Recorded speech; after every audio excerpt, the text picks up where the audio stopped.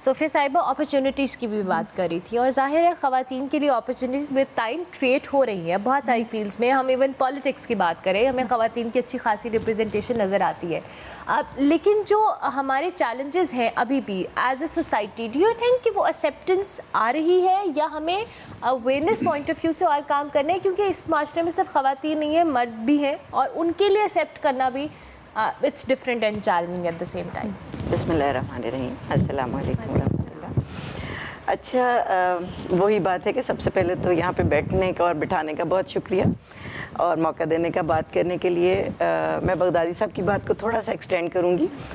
پہلے تو ظاہر ایک ریلیجیس پوائنٹ آف ویو سے ہمیں ایک بہت آئیڈیل چونکہ پکچر نظر آتی ہے، تو اس کو ہمیں تھوڑا سا ایکسٹینڈ کر کے بات کرنے مجھے اچھا لگے گا کہ رسول اللہ صلی اللہ علیہ وسلم جب آئے تو ان کے جو مخالف تھے انہوں نے جو سب سے بڑی پھپتی کسی وہ یہی کسی تھی کہ محمد جب سے آئے ہر طرف عورت ہی عورت ہے.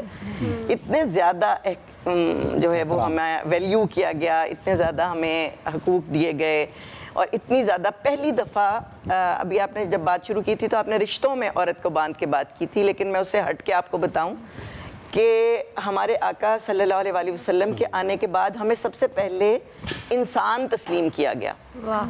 یہ بہت بڑی بات ہے. اور اس سے پہلے تو ہمیں اسی طرح رشتوں میں باندھ کے ذلیل کیا جاتا تھا، لیکن سب سے پہلی جو چیز آقا کے آنے کے بعد ہوئی وہ یہ ہوئی کہ ہمیں برابر کا ایک انسان تسلیم کیا گیا. میری ایک نیکی بھی، مرد کی ایک نیکی بھی ایک برابر ہے، میرا ایک گناہ بھی اور مرد کا ایک گناہ بھی ایک برابر ہے. جنت میرے لیے بھی اسی طرح سجائی گئی ہے جیسے مردوں کے لیے سجائی گئی ہے.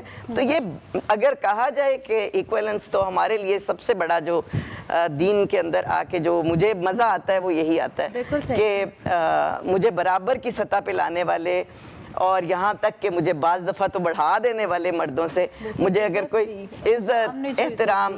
اچھا، دوسری جو آپ کا سوال تھا اب اس کی طرف آ جاتے ہیں. چیلنجز بہت سارے ہیں ہمارے معاشرے کے اندر. ظاہر ہے جب عورت باہر نکلی ہے، اس نے نئے نئے فیلڈز میں وہ آئی ہے، تو ہمارے ہاں کیونکہ ایک ٹریننگ، سوشل ٹریننگ کے میڈیاز کوئی بھی نہیں ہے، سیوکس ٹریننگ کہیں پہ بھی نہیں ہے ہمارا.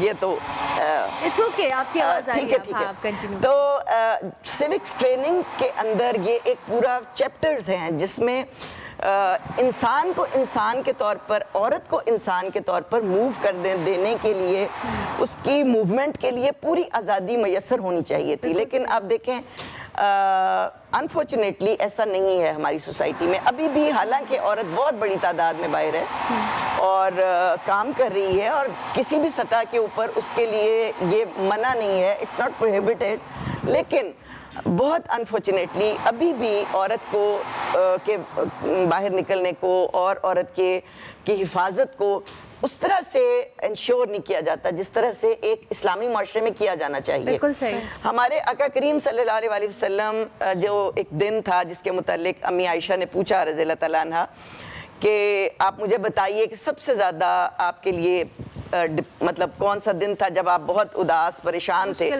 مشکل دن تھا.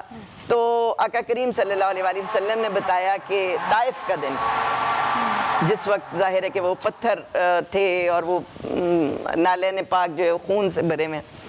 اس روز جو ایک ہمیں بہت مشہور دعا ملتی ہے اور ساتھ ایک آقا کریم صلی اللہ علیہ وسلم کا مشن ملتا ہے نا، وہ عورت کے متعلق ہے. بڑی عجیب بات ہے کہ انہوں نے مرد نہیں کہا بلکہ عورت کہا کہ خدا کی قسم میں اس وقت تک چین سے نہیں بیٹھوں گا، میرا مشن کمپلیٹ نہیں ہوگا جب تک سنآ سے حضر موت تک ایک تنہا عورت سونا اچھالتی ہوئی جائے گی اور اس کو کوئی کچھ کہنے والا نہیں ہوگا. تو آپ دیکھیں کہ ہمیں تو وہ معاشرہ بنانا تھا جس میں تنہا عورت سونا اچھالتی ہوئی جائے اور اس کو کوئی کچھ کہنے والا نہ ہو.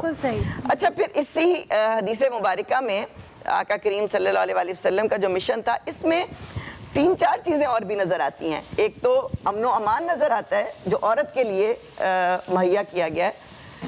ایک اس میں مالی خوشحالی نظر آتی ہے. سونا اتنا زیادہ ہوگا کہ عورت اچھالتی بھی جائے.